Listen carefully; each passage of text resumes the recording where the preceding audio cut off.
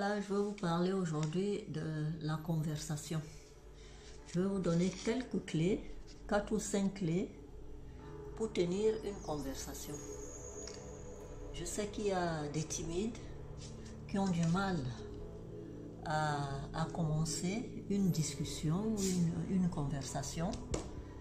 Et je voulais quand même faire un thème là-dessus. Donc, pour commencer, je vais vous donner les clés. 1. Savoir communiquer, c'est important. 2. Savoir poser des questions. 3. Savoir être actif pour tenir une conversation avec ses interlocuteurs. 4. Il faut sortir de sa zone de confort. Et 5e, il faut aider ceux qui ont du mal à entamer une conversation. Et comment est-ce qu'on le fait? On peut commencer par poser des questions. Et dans les questions, on a des questions ouvertes et des questions fermées. Dans les questions fermées, vous ne risquez pas d'avoir grand-chose comme réponse. Je vais vous donner un exemple. Vous demandez à quelqu'un, le bus est passé? Il va vous dire oui ou non. Et ça s'arrête là. Ça, c'est une question fermée. Et question fermée égale réponse courte. Tandis que si vous posez une question ouverte, là, vous pourrez entamer une conversation. Et la question ouverte, je vais vous donner quelques pronoms qui permettent de poser des questions ouvertes. On peut retenir une question qui commence par où, comment, quand, pourquoi, quel, etc. Mais là, vous posez des questions pareilles, vous aurez des bonnes réponses. Et si vous avez une conversation avec votre collègue, vous lui dites « Tu as aimé la réunion ?» Le collègue va vous dire « oui » ou « non ».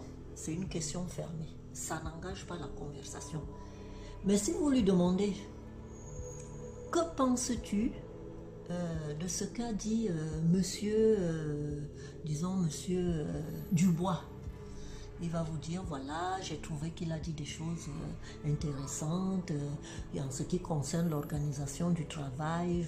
Bon, il a donné un rôle à chacun, il a essayé de bien déterminer les tâches. Et vous voyez, ça engage la conversation. Et vous arrivez à un arrêt de bus, vous demandez à quelqu'un, à quelle heure passe le prochain bus?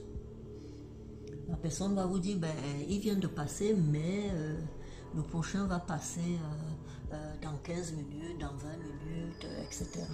Oui, ça engage la conversation. Les questions ouvertes. Vous pouvez encore, par exemple, avec un collègue, vous pouvez lui dire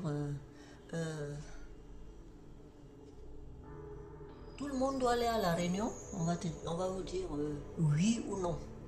Mais si vous demandez à votre collègue pourquoi est-ce qu'on doit tous être présents à la réunion, la collègue ou le collègue va vous répondre il y a une délocalisation et nous sommes tous concernés. Donc ça engage déjà la conversation. Bon, nous savons qu'il y a des personnes qui ont du mal à engager une conversation. Il faut les aider. Il faut les aider à sortir de leur zone de confort. C'est surtout, comme je le dis, pour les timides. Ils n'osent pas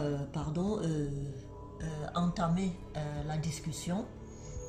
Mais il y a aussi, pour commencer une conversation, il faut avoir une bonne culture générale. Et cette culture générale, on peut l'acquérir en lisant des livres. Si vous lisez un livre par mois, c'est déjà pas mal. parce que je sais que c'est pas facile pour tout le monde, on n'a pas beaucoup de temps, mais on peut être dans une salle d'attente, on peut être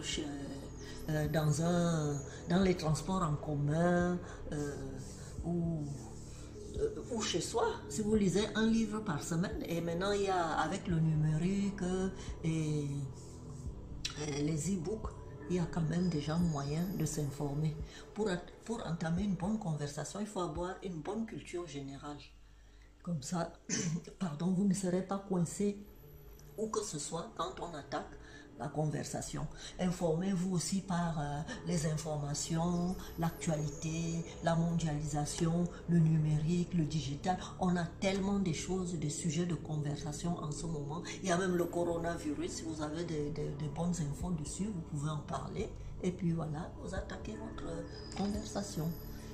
Mais on sait que ce n'est pas donné à tout le monde. Mais si on a une bonne culture et qu'on fait des efforts, on peut quand même y arriver.